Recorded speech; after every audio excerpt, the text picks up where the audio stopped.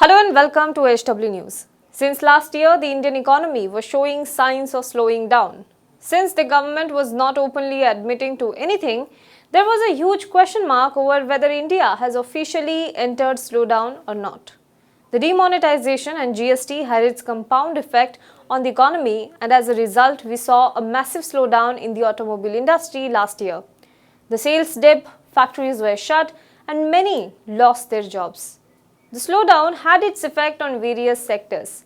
It was in the month of November last year that the country's finance minister Nirmala Sitharaman finally said that the country may be facing a slowdown, but there are no dangers of a recession.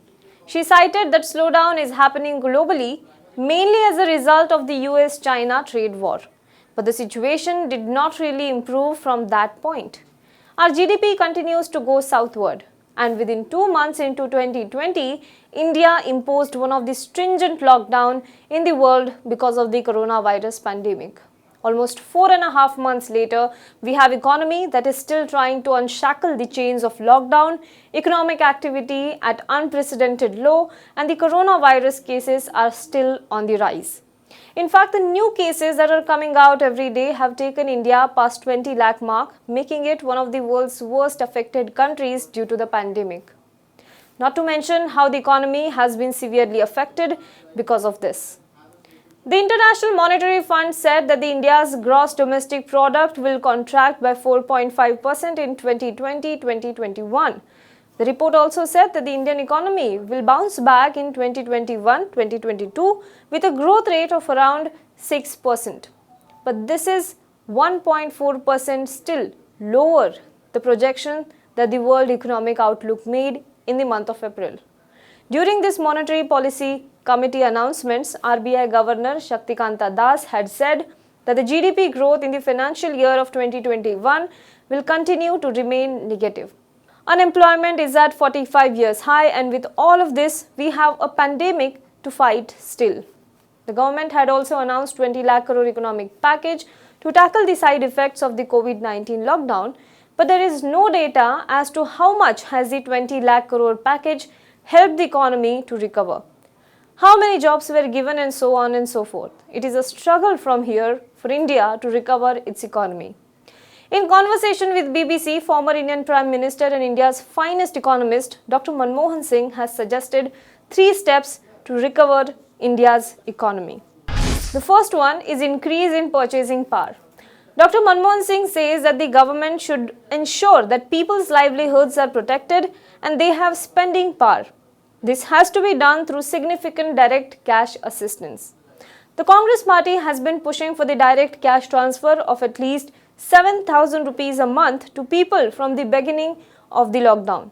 It was also proposed in its Nyay scheme. The aim is to put money in the hands of consumer. With lockdown getting stricter, many, especially those in the informal economy, were immediately affected. These workers, laborers get daily wages and they manage their expenses and incomes on day-to-day basis. With the economy completely shut due to lockdown, lakhs of migrant workers lost their jobs, they had no money in hands. Lakhs of them returned to their hometowns from the cities. But it is not only limited to them. There were job cuts in many companies, online delivery companies like Zomato, there were job cuts in corporates, etc. And where there were no job cuts, there were pay cuts. This has affected people's overall capacity to spend and purchase anything. Dr Manmohan Singh says that the direct cash assistance to all will help in protecting people's livelihoods.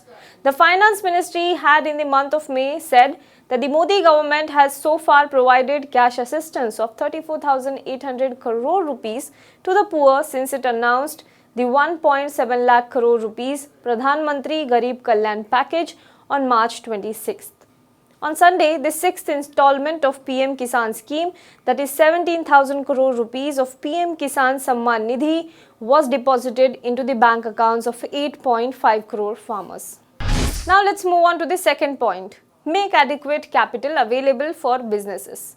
Dr Manmohan Singh says that through the government-backed credit guarantee schemes, adequate capital should be provided to the businesses. Due to lockdown and subsequent piling of debt, many small and medium-sized businesses were forced to shut the operations in the last few months. According to the latest available annual report of Department of MSMEs, there are 6.34 crore MSMEs in the country. Around 50% of these are situated in rural India. Together, they employ a little over 11 crore people, but 55% of the employment happens in the urban MSMEs. These numbers suggest that on an average, less than 2 people are employed per MSME.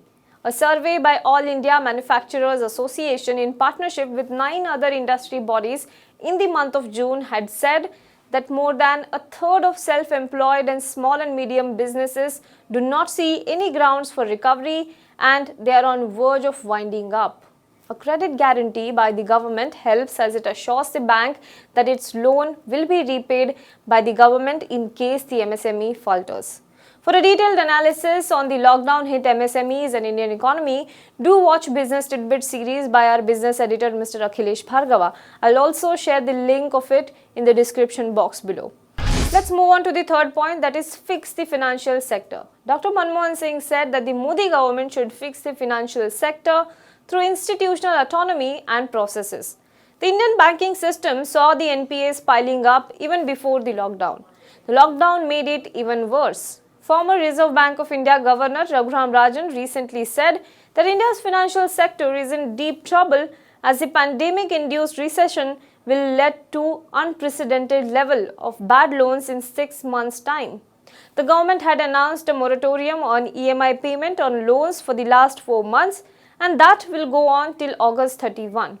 But after that, the RBI is proposing one-time loan restructuring as well. Now, commenting on the predictions of a sharp fall in Indian economy, Dr. Manmohan Singh said that he does not want to use words like depression in a cavalier fashion, but a deep and prolonged economic slowdown was inevitable. Although he believes that India did what other nations were doing, and perhaps a lockdown at that stage was an inevitable choice, he says the government's shock and awe approach to the lockdown has caused tremendous pain to the people. The suddenness of the announcement and the stringency of the lockdown were thoughtless and insensitive. Talking about the approach of the government towards lockdown, Dr. Manmohan Singh said that the public health emergencies such as this are best dealt with locally by local administrators and public health officials with broad guidelines from the centre. Perhaps we should have devolved the COVID-19 battle to the state and local administrations much sooner. Still, the expert has spoken, but will the Modi government listen and do course correction is something that we have to look forward to. Do let us know what you think in the comment box below. For more news and updates, you can log on to www.hwnews.in. Now be the first to know about the latest updates on our new news app. Go on your Android or iOS, search for HW News Network. Download our app, choose the language you prefer to get updates in, and be up to date with the latest news. If you like this video, please share it and we would love to hear your comments in the comments section down here. Also, please do like our Facebook page and follow us on Twitter to get minute-to-minute news updates. For more such shows and videos, well, subscribe to our YouTube channel.